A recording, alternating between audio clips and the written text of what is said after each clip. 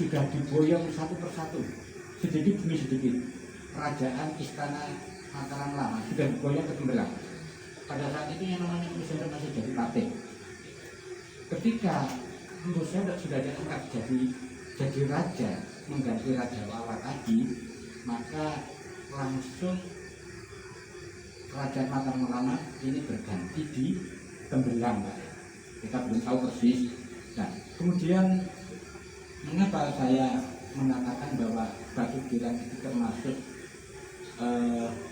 warisan dari Kerajaan Empu Sendok atau Kerajaan Medang Kamulan, ya.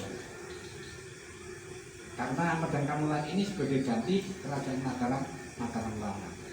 Kenapa Batu Gilang itu saya samakan atau pada masa Empu Sendok, saya katakan pada masa Empu Sendok, karena saya belum melihat prasasti yang ada di Pekalongan itu juga ada Batu Gilang, tapi ada tulisannya ya, masih jelas ada.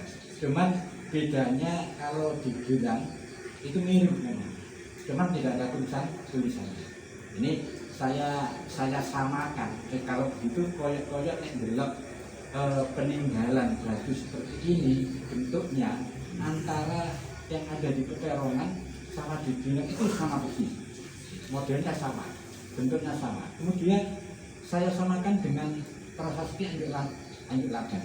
Ini juga sama, bentuknya sama. Sehingga saya menyimpulkan kayak bahwa Batu Gilang ini benar-benar pada masa kerajaan Empu Sendok atau kerajaan Medang Kamulan. Kemudian pada fase berikutnya, pada masa Majapahit. Pada masa Majapahit ini kalau menurut cerita yang saya pernah dengar bahwa pada masa Majapahit itu ada yang namanya pergulakan, ya. Ada pergulakan atau yang dipimpin oleh Ronggolawe ketika akan menyerbu siapa itu Majapahit, istana Majapahit. Ini kan Majapahit mengirimkan pasukan dari 3 arah. Nah, termasuk salah satunya Batu Gilang ini pada masa Majapahit itu tempat persinggahannya pasukan Majapahit untuk menghadang pasukan Ronggolawe. Ini cerita yang saya dengar bahwa di sini dulu tempat latihannya atau pasukannya Majapahit untuk menghadang Ronggolawe ketika akan menyerbu istana Majapahit. Nah, sehingga ada yang lagi mengatakan bahwa Mojokerto, nama sebenarnya itu nama Mojokerto sendiri adalah Mojo itu dari Majapahit dan Kerapa itu rampak-rampak. Karena apa? Kalau bahasa Jawa dalam arti tempat rampak-rampak pasukan Majapahit yang ada di Batu Gilang itu atau tempat peperangannya.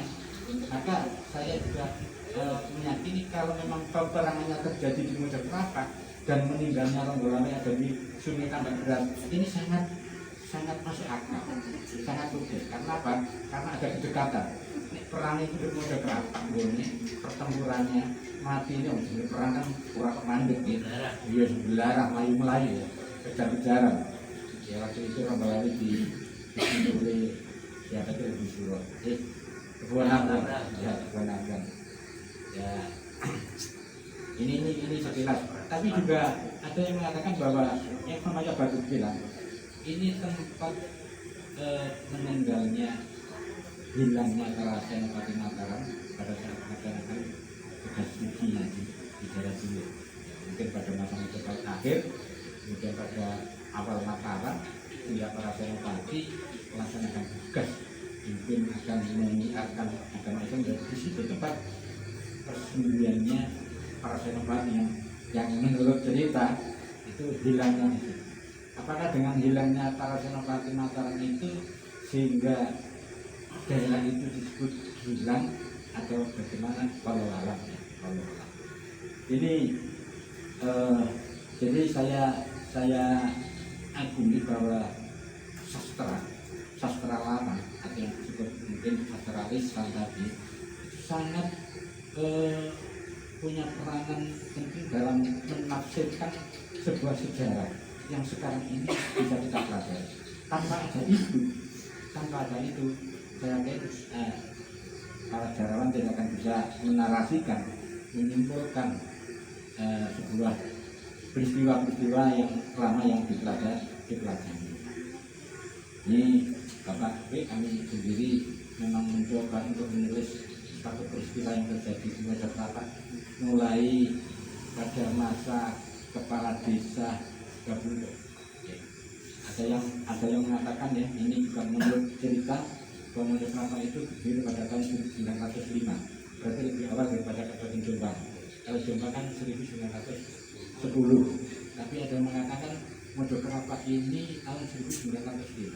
Dan itu setelah saya lacak informasi dari mana, itu pada saat Gabundu ya, Mbah Sumojoyo Prawiro ketika menjadi kepala desa, dan setiap tahun ada acara sedekah desa. Kalau dulu itu apa namanya? Iya, itu bersih desa ya. Pada saat itu beliau menyampaikan bahwa Mojokerto itu berdiri pada tahun 1995. Kemudian di dalam buku kami untuk menulis sejarah desa Mojokerto ini memang beberapa dokumen-dokumen saya pelajari, termasuk saya menemukan SK perangkat desa itu per tahun 1930. Iya. Nah, kalau kita mencari sebelum itu, saya kira kesulitan dan tidak ada. Karena apa? Karena dulu setiap desa itu kan tidak memiliki kantor itu ada di rumahnya. Nah, pada saat kepala desa yang pertama itu ada otomatis di rumahnya sendiri, dan semua tulisan mungkin ada di rumahnya, sehingga kami kesulitan untuk melacak dokumen-dokumen ini. Kemudian ya peristiwa yang terjadi yang secara formal ya, termasuk pergantian perangkat desa ini sudah saya tulis, saya rangkum, termasuk istilah-istilah dulu yang namanya yang namanya letter C. Ya, letter C itu apa, tahun berapa mulai adanya letter C itu mulai kapan? Ini sudah saya gali, dan alhamdulillah saya sudah ada informasi itu justru dari Mogri ya.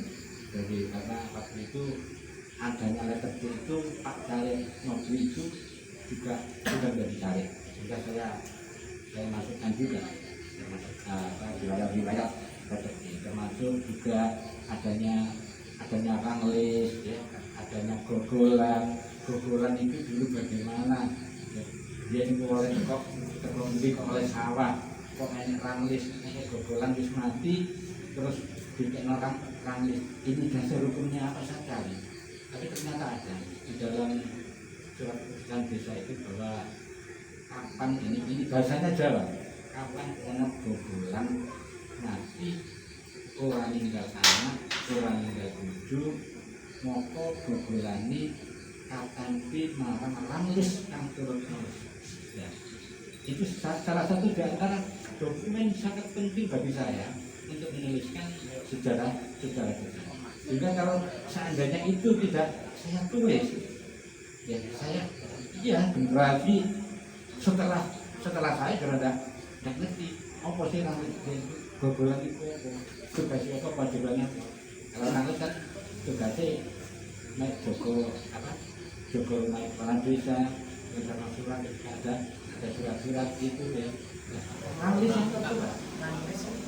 Nah, gogolan, orang yang gogolan kan setiap orang itu gogolan itu partner desa. Dia itu naruh babat desa. Akhirnya kalau rontok kayak gogolan itu ada 500, ada yang 1 hektar, ada yang dengan 600. Nah, setelah itu gogolan itu kalau sudah beralih ke ranglis ketika sudah meninggal dunia, kemudian pada tahun adanya land reform ya. Land reform itu land reform, misalnya land reform, ada perubahan undang-undang pertanahan ya, land reform. Yang namanya land reform. Itu bahwa tanah gogolan sudah menjadi hak milik. Jadi tanah gogolan jadi hak milik itu pada tahun 1969 land reform.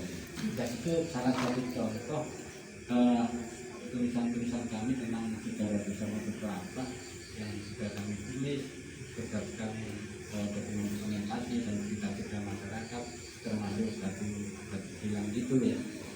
Ini memang sampai hari ini juga masih dalam penyelidikan terus. Ya sampai kapan ya sampai kita tidak tahu. Kalau pada momen-momen ada PKD, ada PKD, kenapa kok dulu perangkat desa itu namanya ada Pamito, ada Bayas, ada tugasnya apa, terus saya hubungkan dengan undang-undang yang baru beralih namanya ini, termasuk ini saya kira itu saya tidak akan bisa membicarakan tentang sastra, mungkin nanti Mas Didi bisa menambahi, tapi saya itu bangga dan senang karena apa?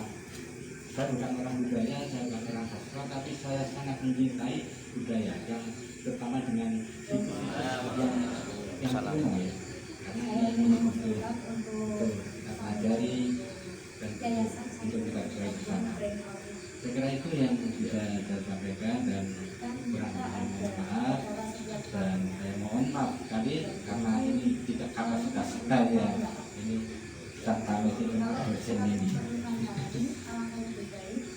Ampun, assalamualaikum warahmatullahi wabarakatuh. Matur nuwun Pak Nasir. Sebentar, nanti ada hasil teman-teman langsung menanggapi. Tapi sebelum menanggapi, saya persilakan dulu kepada kami silakan. Ayo langsung ditanggapi. Dan tidak ada Pak Kepe atau Pak Nasir. Mau bertanya, telepon, ayo apa sekedar komentar apa itu nggak apa-apa. Satu aja, satu jadi 6 boleh. Satu. Ayo, ayo salah satu.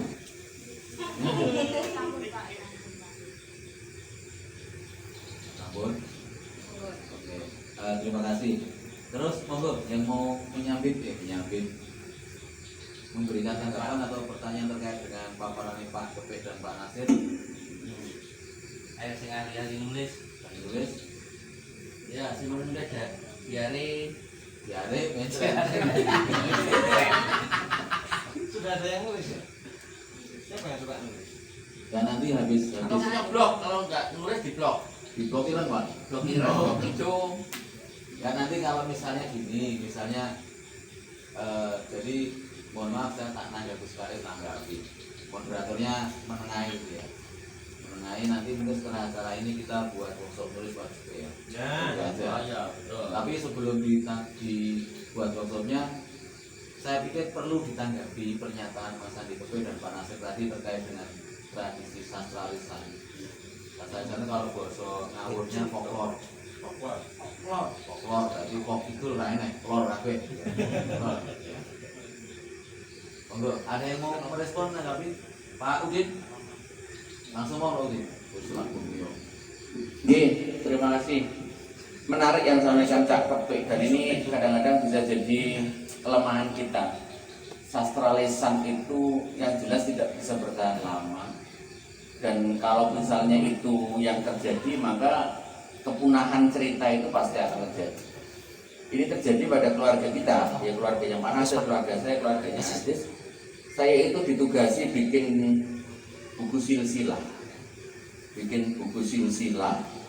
Ini sudah berapa tahun ini? 6 tahun. Kami itu kehilangan sumber. Karena dulu kami tidak berpikir untuk menulis cerita leluhur-leluhur yang sekarang sudah almarhum semua. Jadi kami mau merekonstruksi apa yang dulu pernah kami dengarkan cerita dari mereka, ternyata sulitnya minta ampun. Sehingga kemudian muncul pada diri saya poeman. Pada saat orang masih bisa bercerita dan itu kemudian kita tuangkan dalam bentuk tulisan, pasti ini bisa kita wariskan kepada generasi berikutnya. Saya ini termasuk generasi yang beruntung. Tahun 81 dulu itu belum ada TPQ yang sebegitu marah ya. Dulu saya ngaji saya itu dinamanya Pak Safi'i bin Hanafi. Pak Nasir pasti sangat kenal. Dalam di TPQ itu ngaji turutan itu setiap hari Kamis itu hari yang paling kita tunggu, karena hari itu tidak ada ngaji, hanya cerita. Mulai dari cerita para nabi, ketekan judul dari cerita rakyat, terlepas dari sing diceritakan itu bener apa ora, tapi itu sangat menghibur kita, sangat menghibur kita. Dan hari Kamis lah hari yang paling kita tunggu, soalnya lian itu nek mulang ngaji nyengit kok nih. Pak Safi itu mulang nyengit, itu paman saya manggilnya paman, mulangin nyomongin, bahkan nuduh temenan. Tapi ada hari yang sangat kita tunggu, dan itu membuat kita sebelum waktu kita waktu asar itu sudah di rumahnya, karena kita pengen mendengarkan cerita. Nah, itu luar biasa, sehingga bagi kami ada di samping hiburan tadi itu ya, tapi ada minimal hal-hal yang bisa kemudian kita rekam. Salah satunya waktu itu kan ada tragedi Gelangsingan. Gelangsingan itu kan tahun 80 sampai 85 ya, Pak Nasir ya. Karena saya menyaksikan sendiri, diajak sama Pak Safi itu Gelangsingan di Ngogri, di Bewe ya Pak, yang sekarang bikin perumahan itu loh. Nah, itu ditembak persis di kepalanya itu, orang pada nonton. Saya waktu itu SD kelas 2 naik sepeda poni ke sana bareng-bareng nonton itu. Dan dia bercerita mengenai rezim. Nah, saya pertama tahu tentang rezim yaitu rezim Soeharto, LB Murdani, itu dari dia. Karena mungkin kehabisan cerita yang para nabi, para wali ya. Akhirnya kan ceritanya jadi cerita-cerita yang nasionalis itu. Termasuk kemudian cerita mengenai desa, cerita mengenai Mbah Karim. Itu saya dapat dari situ referensinya. Dari situ referensinya. Kemudian karena penasaran, biasanya kemudian memantik keinginan untuk bertanya kepada orang lain selain sumber pertama. Nah itu. Jadi sastra itu ketika lisan yang jelas hanya bisa dinikmati pada masanya dan tidak bisa dinikmati pada masa berikutnya. Karena kemudian akan terputus. Kita belajar misalnya Injil itu baru dituliskan 60 tahun setelah Yesus wafat. Bayangkan 60 tahun setelah Yesus wafat, sehingga kemudian akurasinya pasti. Nah, kalau dalam bahasa hukum itu testimonium de auditu. Jadi cerita yang diceritakan itu tambah doa tapi tambah gak bener.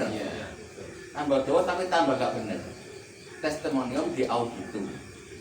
Bener padahal. Iya, ben ketok bener, karena untuk melengkapi 100%-nya yang Cak Kepek bilang tadi itu.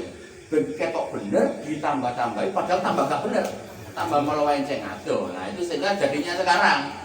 Nah, jadi Islam menuliskan Quran sejak Abu Bakar, walaupun masih serpian-serpian. Artinya hanya selisih berapa tahun, mungkin tidak lebih dari 10 tahun setelah Kanjeng Nabi.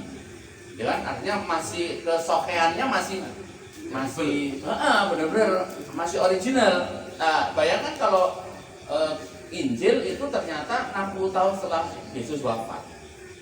Artinya banyak ajaran-ajaran kebaikan yang kemudian karena kepentingan orang yang menulis, akhirnya kemudian diselewarkan sesuai dengan keinginannya.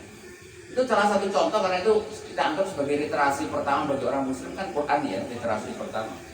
Kita belajar banyak. Nah, ketika kita ngomong sejarah, saya ya memang apa yang dikatakan Cak Kepek itu memang untuk menulis itu berat dan ternyata nggak mudah ya. Jadi saya itu sering kadang-kadang di depan komputer tuh ngetik akhirnya bosan tinggal. Jangankan itu, tinggal ngedit saja cerita dari anak-anak saya, anak pang yang pernah 2 tahun saya bina. Itu anak-anak pang itu masing-masing dulu saya wajibkan buat cerita kehidupannya sampai dia menemukan apa di jalanan. Itu sama sekarang saya mengeditnya juga kesulitan dan nggak ada semangat gitu maksudnya. Yo soalnya serpian file-file gitu. Iya benar Cak Kepek. Jadi artinya ini juga memotivasi saya untuk ya minimal istilahnya membukukan atau setidaknya menuliskan secara rapi sehingga mungkin nanti bisa jadi sesuatu yang berharga bagi generasi berikutnya. Sepakat saya. Terima kasih. Ngomong. Bukan itu kumpulan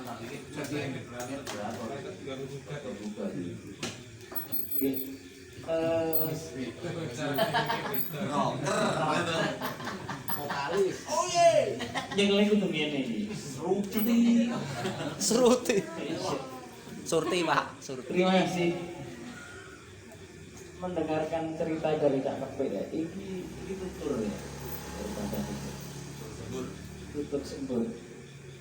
Berbicara terkait karya itu kan ada apa ya, hak cipta mungkin ya, ada yang namanya hak cipta. Kita kemudian karya sastra tutur atau sastra lisan yang disampaikan oleh Pak itu, yang ingin saya tanyakan mungkin terkait hak cipta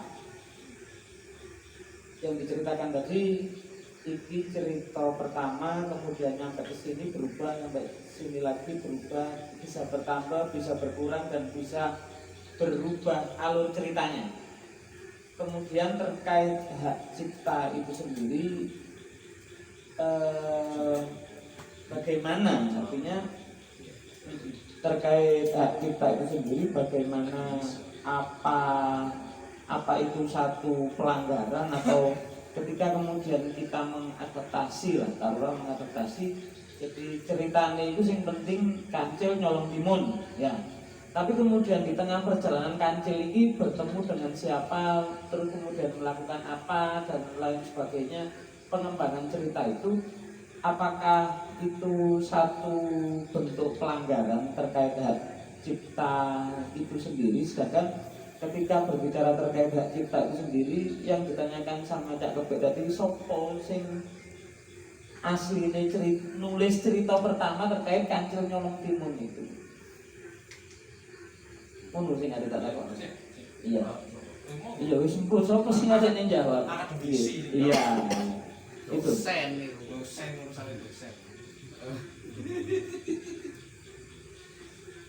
Ini nyaut moderator. Oh, selain moderator ini selain moderator ya. Iya. Ya ngawur. Hak cipta dan folklore itu ranahnya berbeda. Jadi saat sebuah dongeng, sebuah cerita rakyat, sebuah folklore sudah ditahbiskan sebagai cerita rakyat, maka yang punya hak cipta tidak ada. Tidak ada. Yang punya cipta adalah entitas masyarakatnya. Artinya gini, Malin Kundang itu kan cerita dari Padang, ya yang punya itu ya masyarakat Padang. Pertanyaannya gini, mengapa masyarakat Padang membuat cerita Malin Kundang? Ya mereka ingin mengajarkan tentang kearifan, tentang kebijaksanaan dan kebaikan-kebaikan kepada anak cucu di Padang.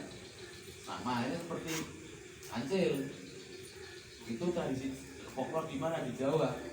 Maka yaitu yang akan diwariskan ke anak cucunya di Jawa, seperti itu. Nah, persoalannya akan jadi masalah saat sebuah cerita rakyat, folklore atau mungkin lagu-lagu rakyat sekalipun, lagu ya, naskah itu pengen direproduksi punya nilai kapital, nilai rupiahnya. Biasanya sudah diatur dalam, saya tidak tahu secara undang-undang, tapi kalau saya membaca kegiatan teman-teman di produksi film ya, produksi film kebetulan kita sering nonton. Kalau misalnya mereka pengen membuat scoring musik filmnya itu dengan lagu misalnya Nina Bubu atau Gundul-Gundul Pacul atau lagu-lagu rakyat, maka mereka membuat publisitas, pengumuman nenggon koran atau nenggon media online kepada mereka yang merasa punya hak atas karya cipta ini. Silahkan menghubungi ke sini. Jadi nanti setelah dalam waktu tertentu tidak ada yang klaim, maka nanti nggak tahu di pengadilan atau di apa itu akan dinyatakan boleh digunakan selama dengan batas yang wajar gitu loh. Jadi artinya tidak dieksploitasi berlebihan, apalagi disalahgunakan seperti itu. Yang jadi masalah kan seperti ini, misalnya kemarin ada beberapa lagu Jawa yang enggak dalam tanda kutip orang sing ngaku penciptanya, tetapi ditafsir berbeda. Misalnya tembang kayak semacam Lingsir Wengi dan sebagainya itu terus dijadikan soundtrack film mistis, film horor. Padahal waktu itu tembang-tembang itu kan menjadi tembang-tembang doa kumpul dungo, itu yang jadi masalah. Jadi sebenarnya para kreator, teman-teman yang punya kepentingan kepada folklore harusnya tidak boleh lepas dari cerita itu dulu mulai bukannya gopo gitu loh. Itu yang penting. Asbabun nuzulnya gopo seperti itu. Nah, nyambung ya. Jadi nyambung apa yang disampaikan Pak Udin, Pak Nasir dan Mas Kope bahwa tradisi lisan, folklore dan tradisi tulis itu sebenarnya bisa dikatakan sebagai rentetan cerita yang saling berkesinambungan atau bisa jadi dua hal yang berbeda. Makanya tadi saya kepikiran dan saya teringat 2018-2019 saya itu iseng-iseng dengan guru-guru di Kediri kota itu dinas tingkat kecamatan dinas pendidikan kecamatan Pak, UPTD kecamatan dan beberapa guru SD itu kita rasa-rasa gini, Pak, ayo kita membuat yang pertama lomba nulis cerita rakyat. Lomba nulis artinya guru-guru itu gawe cerita dewe, maksudnya cerita tentang apapun tapi versi dia gitu loh Pak. Jadi nanti ada copyright, tapi copyrightnya dia karena ini tafsir atas cerita. Terus setelah cerita rakyat terkumpul, kita umumkanlah pemenangnya. Setelah setelah selesai itu berikutnya apa? Kita bikin lomba dongeng berdasarkan cerita itu. Ini gurunya sendiri boleh, orang lain boleh, tapi naskahnya dong kita pilih yang baik-baik itu. Lomba menulis cerita sudah, lomba yang sudah. Nah, pemerintah kota itu support, terbitkan jadi buku. Sudah kita terbitkan jadi buku bergambar. Jadi ada ilustrasinya kayak buku-buku Gramedia oke. Jadi ada ceritanya si A si B sedang kemana dan sebagainya. Jadi ada gambarnya, ada ceritanya. Alhamdulillah jadi juga dan alhamdulillah tidak juga. Itu menarik. Jadi misalnya itu bisa diadaptasi ke rebung, itu bisa menjadi pekerjaan yang sangat panjang. Mungkin lomba dongeng dulu atau lomba nulis dulu, nanti jadi publikasi. Kita punya potensi toh Mas Kepe, punya kemampuan editing sama publishing. Terus mungkin Pak Nasir atau Pak Udin punya kemampuan untuk kurasi sejarah ceritanya. Terus nanti mungkin Mas Mursidi dan Cak Aziz punya kemampuan untuk musikalisasi cerita, ya kan? Dan saya sing tak dongeng kan gitu. Aku sing ngomong pati tak. Gitu kan. Itu menarik. Termasuk misalnya ada beberapa di Solo, teman-teman di jurusan tari itu membuat tari jogetan itu dari tembang dan gending. Ada gamelannya, maksudnya ada notasi gamelannya yang dihalusi dari tembang-tembang ageng, tembang-tembang sebelum mojo, sebelum mojopat. Misalnya bedoyo itu sebenarnya bukan tari, itu tembang ageng yang diturunkan menjadi gamelan, ditarik, terus baru dijogetkan. Makanya banyak sekali tafsir. Ada bedoyo anggur mendung, bedoyo serimpi, terus teman-teman sirojo nganeneng ya judul bedoyo serimpet. Nggak masalah. Terus teman-teman yang di jurusan tari buat bedoyo lolo, bermacam-macam. Nah mungkin nanti bisa connect dengan teman-teman yang tari ini. Artinya festival Watu Gilang yang keempat nanti bisa dibangun sejak malam ini, kan keren. Oke, saya pikir seperti itu dari saya. Dokter Kedawan, saya mau nanggapi, rasa ya? Oh, ya. Nah aku pas ngomong bati kan aku terus aku ya boleh bati. Nyaut. Semangat pun. Makanya kan Kita boleh pribadi dan kan nutupi rugi Cak Asis itu. Di komunikasiku dengan Cak Sabrang itu saya dapat informasi soal dana itu, kemudian diteruskan WA-nya Cak Asis, pembagian dananya itu saya mengusulkan begini. Ya boleh rebung itu mulai memproduksi sebuah karya tulis. Tidak perlu hal yang muluk-muluk dulu yang leks atau sesuatu karya yang adiluhung itu nggak perlu. Tapi dimulai dari hal yang sangat kecil. Misalnya melalui jalurnya Cak Wasis mengajak guru SD atau mengajak siswa atau mengajak siapapun menulis puisi bareng-bareng. Kemudian kita bukukan, yang membukukan adalah rebung gitu. sehingga portofolionya Rebung itu ada produk cetaknya gitu. Itu kan jadinya bisa mengangkat harkat dan martabatnya Rebung. Iya. Kenapa saya berpikir seperti itu? Balik lagi ke yang kita bahas dari awal soal sastra lisan itu. Ketika nanti misalnya Pak Udin atau Pak Nasir itu punya kesempatan untuk bercerita kepada kawan-kawan kita yang masih SD atau SMP itu, kemudian cerita yang disampaikan beliau direspon oleh teman-teman yang SMP atau SD itu dengan menuliskan ulang betapa kayanya gitu Rebung dengan teks-teks itu. Orang rugi ya. Orang mungkin rugi Iya, betul. kaya, Orang berarti kaya. Pak Hadi kita kaya raya gitu. Bu.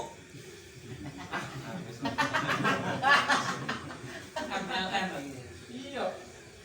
Misalnya seperti yang saya katakan di depan, yang sangat saya ingat dari cerita Pak Udin ketika kamu berdua ngobrol itu ada soal pendekar itu. Misalnya Pak Udin menyampaikan sebuah orasi ilmiah di depan kawan-kawan SMP gitu tentang sosok pendekar yang ada di Kelapa ini, bagaimana dulu, bagaimana sekarang kok sekarang pendekar di sini dan segala macam. Kemudian direspon oleh kawan-kawan SMP itu menuliskan cerita versi mereka berdasar ceritanya Pak Udin, seperti yang disampaikan Pak dosen tadi. Masing-masing orang kan punya versi akhirnya gitu. Ada tugas tambahan, boleh informasi tambahan dewi-dewi misalnya begitu. Hanya dari satu sumber cerita, hanya dari satu ide cerita, dari satu narasi yang disampaikan oleh Pak Udin akan berkembang sedemikian banyak, dan itu semua didokumentasikan oleh Rebung, akan menjadi luar biasa. Buku sejarah yang ditulis Pak Nasir itu kalau saya boleh menyampaikan sih segera saja diterbitkan dulu gitu. Sampai hari ini dulu ceritanya gitu misalnya. Lanjut ya terbitannya. Oh, aku sudah berkomitmen begini, tak support gitu. Tak support itu artinya misalnya dari pembagian yang 2 juta itu terbitnya buku itu bagian roh itu saya buka apa-apa. Tujuannya aku sih nanggung. Saradi kan berarti itu buku. Kisaran bila. Yang ini kita narasumber ketodong gitu. Nah, iya aku sekadung. Asalnya Nah, maksud saya adalah ada peluang bagi kita, ada kesempatan bagi kita untuk memunculkan Kerabat secara keseluruhan untuk lebih dikenal orang. Tidak berhenti di sini saja, tidak berhenti di forum ini saja. Gitu.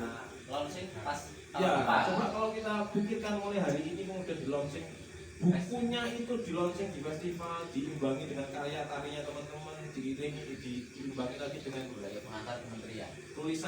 tulisan anak-anak sekolah yang merespon ceritanya Pak Udin dan segala macam. Wah, ramai banget kan festival ini. Wah, mungkin rugi. Nah, kementerian. Ya, kemudian ketika harus pakai pengantar ya, Pak masuk kayak pengantar kok Pak. Sebagai pengamplop Ya, barang. pengamplopin di kan orang mungkin rugi gitu. Betul. Ya. Kita awali dari forum malam ini untuk menuju ke festival Batu Bilang yang keempat. Banyak hal yang bisa kita kita beri ruang untuk menunjukkan eksistensinya. Oh biar lagi. Ya Allah, biar. Sorry. Terus no, coba arek-arek kecil. Wah. Kita langsung ambil gambar dulu. Oh iya.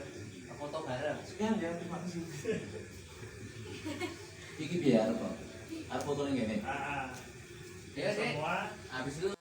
Baik, Bapak Ibu, teman-teman hadirin semuanya, diskusi malam hari ini kita bicara tentang sastra kita, mengkaji sastra, memaknai budaya, telah mencapai hasil yang memuaskan. Jadi ada beberapa kesimpulan yang bisa kita tarik pada malam hari ini. Yang pertama, bahwa tradisi sastra lisan kita harus mulai dipikirkan ulang untuk mengedukasi kepada anak-anak kita agar tidak lepas dari tradisi budaya yang sudah mengakar dari nenek moyang kita. Itu yang pertama.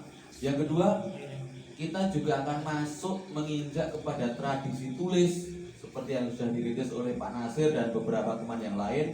Jadi malam hari ini kita berkomitmen bahwa setiap event, setiap diskusi, setiap gelaran yang akan diadakan oleh Rebung dan komunitas di bawahnya akan selalu berupaya untuk melahirkan sebuah karya-karya yang terpublikasi, terutama menerbitkan buku yang ber-ISBN. Jadi nanti buku-buku kita akan dibaca oleh orang-orang seluruh Indonesia. Kalau nanti menjadi versi online akan dibaca orang dari seluruh dunia. Jadi ini diskusi malam ini akan menjadi kick off-nya Festival Watu Gilang yang keempat, yang insya Allah nanti di 2022 akan kita launching. Yang pertama dan utama adalah sejarah Mojokerto dan cerita tentang Watu Gilang. Seperti itu, guys. Jadi saya sebagai moderator dan sedikit narasumber, mohon maaf apabila dalam memandu acara pada malam hari ini agak belepotan karena emang ya serba situasi, Pak. Gitu kan. Jadi kurang lebihnya mohon maaf. Billahi taufiq wal hidayah. Assalamualaikum warahmatullahi wabarakatuh.